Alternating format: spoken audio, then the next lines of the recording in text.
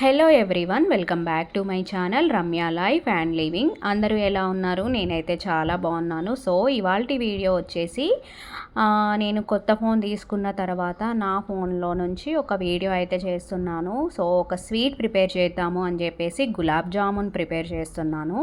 ముందుగా ఒక ప్యాకెట్ ఉంటుంది కదా, గులాబ్ జామున్ ప్యాకెట్లో పిండిని ఇలా ముద్దలాగా మనం సాఫ్ట్గా ఇలా కలిపేసుకొని ఒక half an hour to 1 hour వరకు పక్కన పెట్టేసుకోవాలి. అలా అయితే మనకి చాలా సాఫ్ట్గా స్మూత్గా వస్తాయి.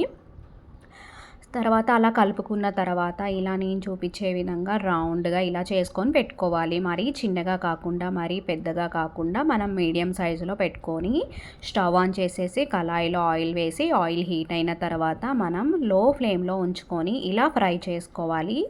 లో ఫ్లేమ్లో ఉంచుకుంటేనే మనకి అవి చాలా కరెక్ట్గా ఫ్రై అవుతాయి. తర్వాత షుగర్ సిరప్ ఉంటుంది కదా, అందులో వేసేసి గులాబ్ జామున్ వేసేసి ఇలా కొంచెం యాలకులు దంచి వేసుకుంటే చాలా అంటే చాలా టేస్టీగా ఉండేటువంటి గులాబ్ జామ్ రెడీ అయిపోతుంది.